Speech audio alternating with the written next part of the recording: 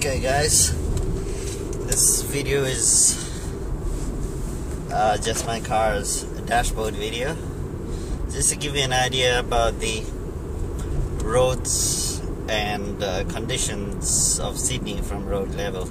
Now this is quite close to my house in a South Sydney suburb called Mortdale. It's about 18.5 kilometers from the city. Normally takes about 30 minutes to drive up to the city. It's a beautiful, quiet suburb, and it's pretty green. Before I came to Australia, I thought like, oh, it's probably all desert and yellow and stuff.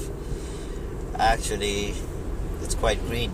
I was quite surprised to find that Sydney is far more greener than any part of Kathmandu, probably except the forest. However, if you go to the forest in New South Wales, it is so vast and so green and so untouched that it just takes a breath away. The time is about 11:30. I'm heading off to work after celebrating Nepali New Year last evening, and hence I'm slightly late, but I did tell my boss that I would be late because of New Year celebration, so that's fine. My work is quite close to the city. It's about exactly 18 kilometers from here. Takes about 30 minutes. I would probably think, yeah, it's much quicker to go in a car. I could take the train, but I have to change twice in 2 stations, so it takes a long while in a train. Usually about at least an hour or probably 15 minutes, and then another 20 minutes walk from the station to the office. So it's almost better for me just to drive up there, even though the petrol prices have gone off the roof, and now it's hovering at $1.50 a litre,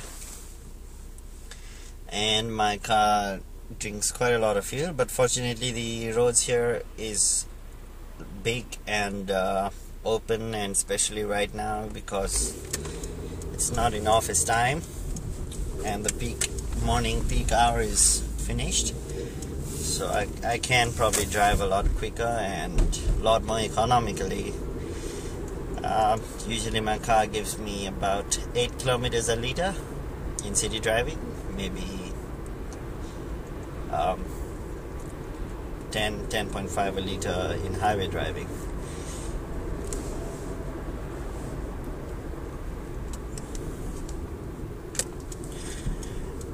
Now straight up ahead of me is the city of Hurstville, which is quite close to my house, so we often come there for everyday shopping.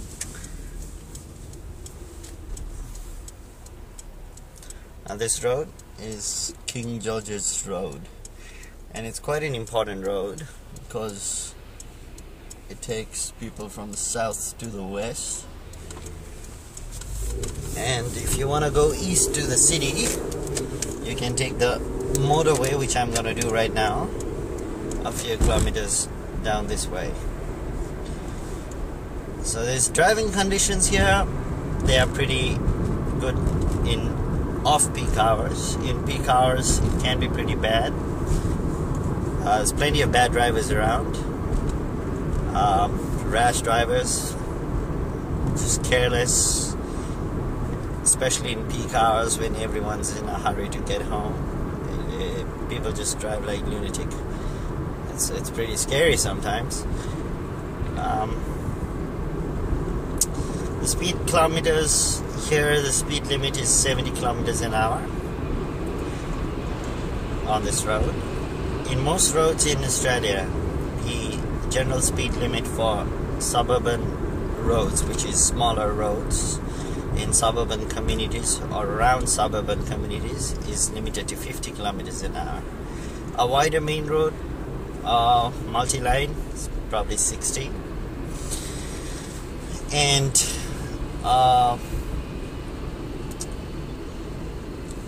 yeah, the wider main roads can go from 60 to 80.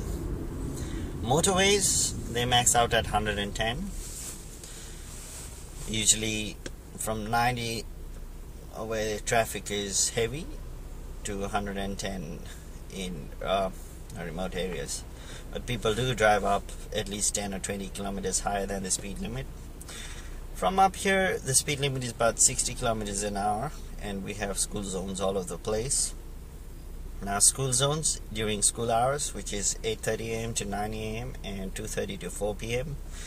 The speed is limited to 40 kilometers an hour in and around school zones, and if you fail to comply with the speed restrictions, your license plate can be snapped by automatic speed camera, and you can get a fine of up to $400 in your post box.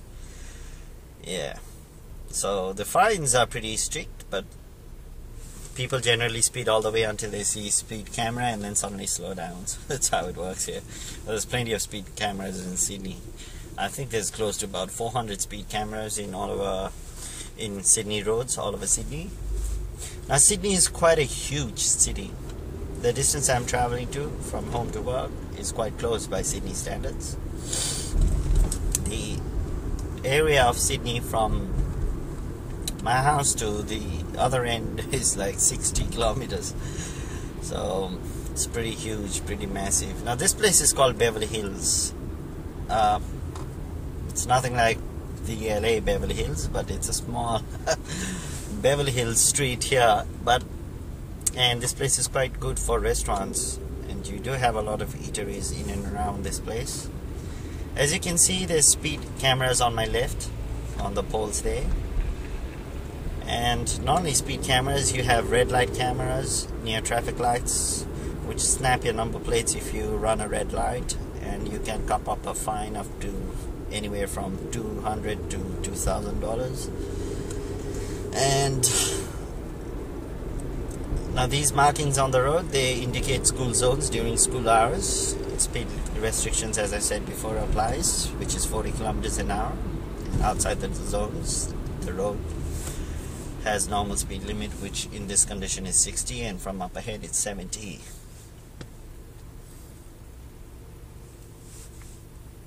As you can see, the traffic is still quite busy on a Thursday afternoon.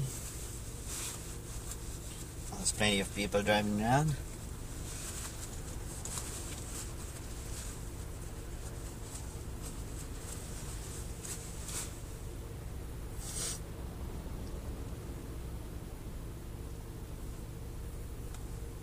It's a beautiful day today. It's sunny. The temperature is about 17 to 19 on the outside, but it's sunny, so it's quite warm if you are under the sun. Although it's starting to get wintry here.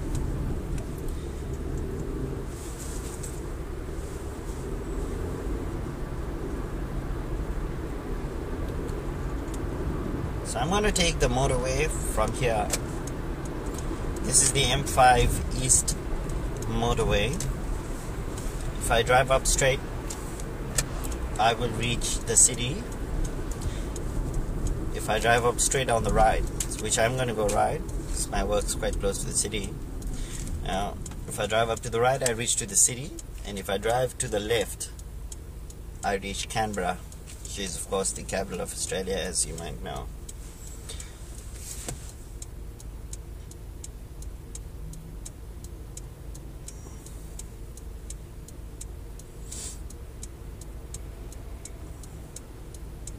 There's a long stretch of tunnel that starts right from here, right up to the city. And the tunnel is probably 6 kilometers long in one stretch, and then continues again for another 4 or 8 kilometers, something like that. So, and it travels all underneath the road. So I'm quite impressed, and often wonder how in the earth they made this tunnel and dig it up under the road for like 12 kilometer stretch. So it's pretty amazing, actually.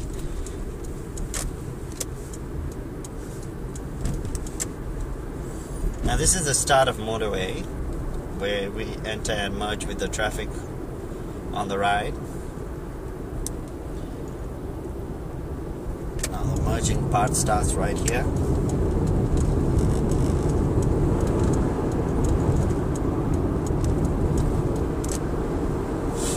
The current speed limit on this road is 90 kilometers an hour, and I'm driving exactly at 90.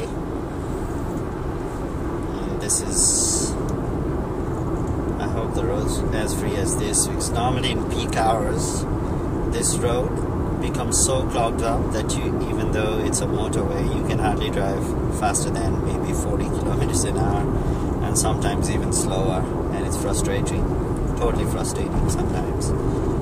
But well, right now since it's almost lunchtime and not many traffics around.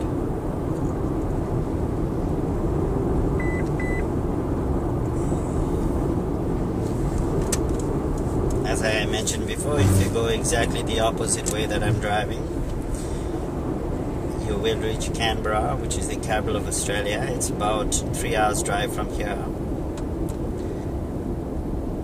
Probably 200 or 250 kilometers maybe, I'm not sure. There's plenty of trucks that use this road, and they do tend to slow down the traffic quite a bit.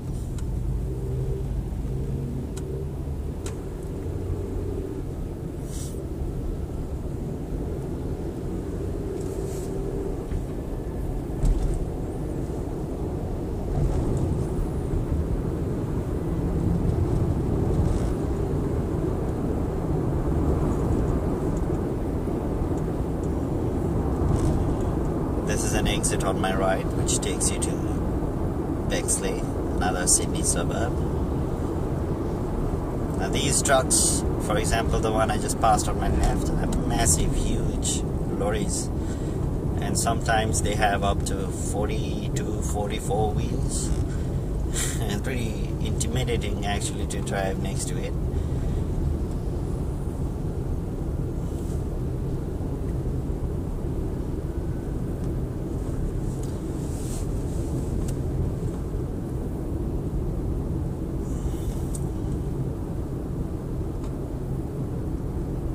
Now this is the start of the tunnel of the M5 East motorway, and the speed restrictions in tunnel is 80 kilometers an hour.